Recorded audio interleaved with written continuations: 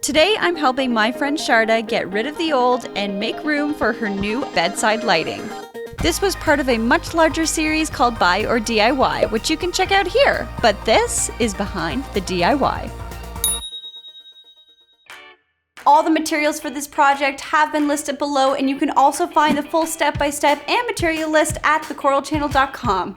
Before we get into this DIY, guys, if you haven't already subscribed to the channel, make sure you do, and don't forget to click the bell notification so you never miss an episode. So let's get DIYing. What I have in front of me is 2 cages, bird-like cages, and I have my gilding paper. I have silver and gold, because I'm kind of going for a pyrite look, which is like the fool's gold. So I am using a foam brush, and I'm going to take my gilding glue and apply 1 to 2 layers all over the cage. Let the glue set up for a minute, because as it starts to get more tacky, it's much easier to work with. I'm using a foam brush because it absorbs more glue than a paintbrush would, and it just allows for a more even and thin application. If you've ever worked with gilding paper like I have, it is very sticky. This stuff moves so easily. I can just do like a and it moves. Look at that. It's like the lightest material on this planet. It like doesn't exist.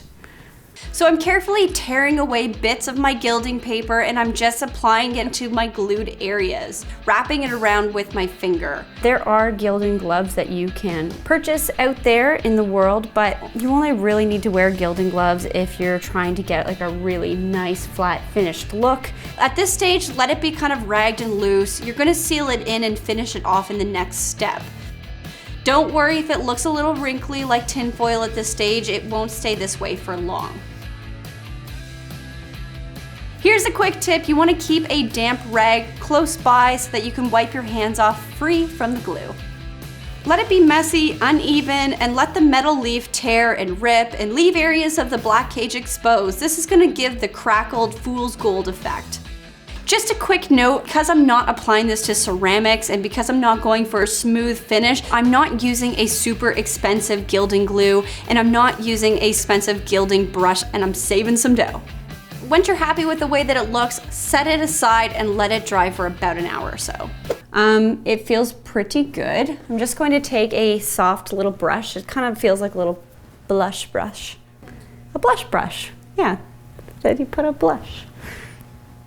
Moving on. So I'm just going to brush off some of the little pieces. Yeah, any little tearaways here. We got some varnish, so I'm just gonna put some varnish in my bowl. I always love the way varnish looks. It just looks silky. I always love that. So I have a hard bristled brush now because I want to make sure that it gets pushed into my cage. Start covering the gold leaf in craft varnish.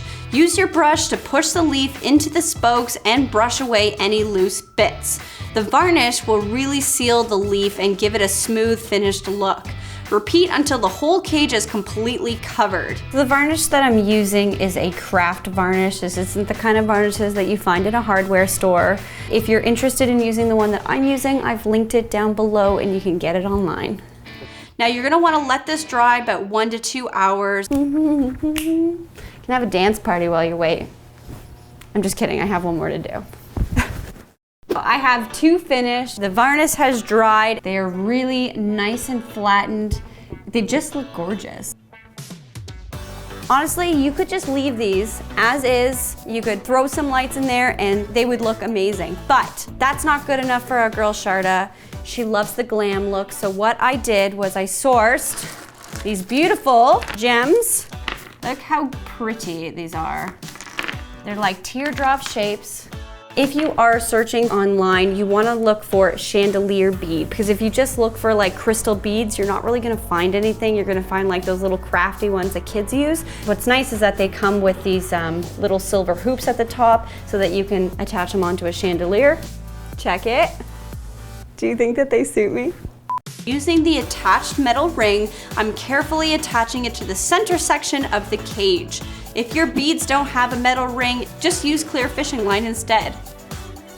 Now all you need to do is attach your hanging lights to the cage.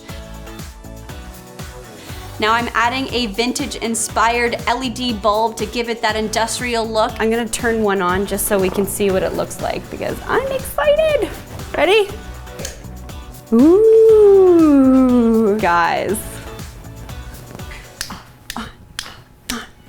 As a wonderful last step, I'm attaching white brackets to the wall and I'm gonna wrap the light around it, adjusting to the desired height and making sure that the switch is well within reach on my bedside. If you're looking for a nice mix between industrial and glam, then this is a great project. You can do it in a day and it's got a high impact. It's a beautiful conversation piece for any space and I highly recommend you try it.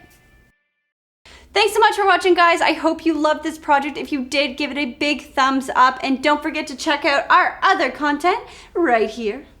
Da-da-da-da-da-da.